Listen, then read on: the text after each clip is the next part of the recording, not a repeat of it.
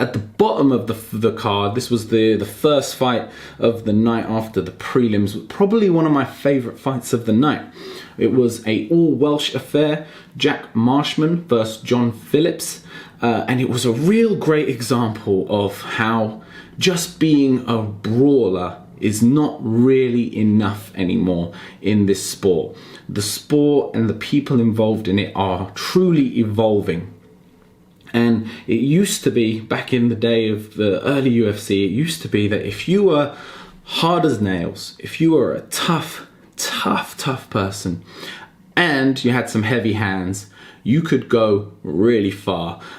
Take Chuck Liddell, for example. Now, Chuck Liddell had some skills too, but what Chuck Liddell really was a very capable brawler. A very powerful man with a slight screw loose and a very aggressive personality. And he shook the world with what he did. He's a pioneer of the sport. But in this new wave of MMA fighters, you're seeing people become more and more technical and really starting to understand. And Jack Marshman, the winner of this fight by decision, I would not necessarily say he was a technician by any means, but what he did do really well in this fight was simply outbox Phillips. He understood and he respected the power that Phillips had in his hands, and he stayed well away from it, constantly circling away from his power punch out to the outside and just simply picking him off as he circled round, avoiding getting into a standing toe-to-toe exchange with the man where 9 times out of 10 he's not going to come out on top because Phillips only needs to catch him once.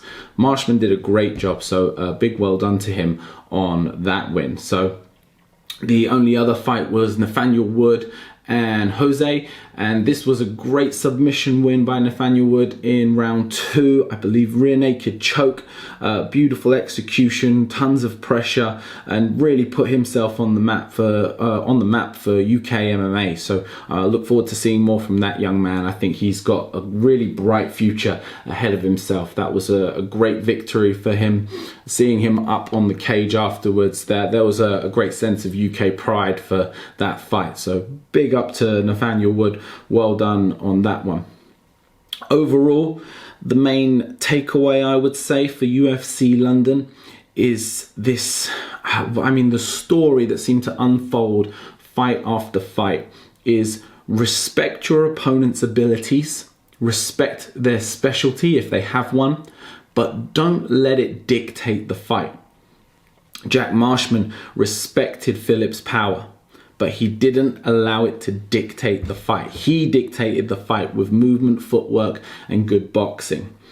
Danny Roberts, unfortunately, submitted by Silva, but he didn't fear the jiu-jitsu. He was embracing it throughout that fight, and regardless of the decision, you can't deny that he was in that fight and effectively winning up until that point throughout.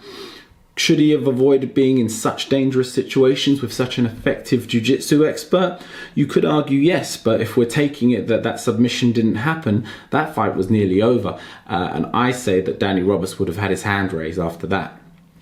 Nathaniel Wood taking a submission win over a jiu-jitsu specialist. Jose had jiu-jitsu tattooed on his chest. So this is someone who has embraced that world and embraced that culture for a very long time. And Nathaniel Wood, I'm sure, has utmost respect for his opponent, but also the belief in his own abilities and his own game to go out and execute.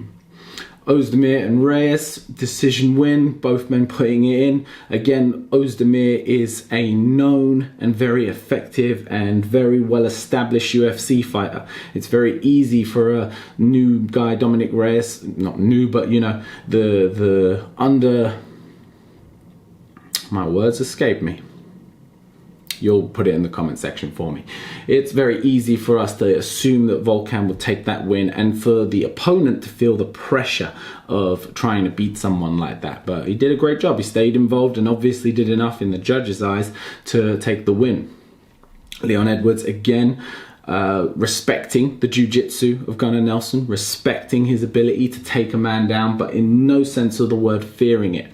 Constantly applying pressure and taking the win. And finally, of course, Jorge Masvidal showing no fear of the power and size of Darren Till and getting right in the mix with him and beating him at his own game, taking him with a huge strike and knocking him out cold in the second round.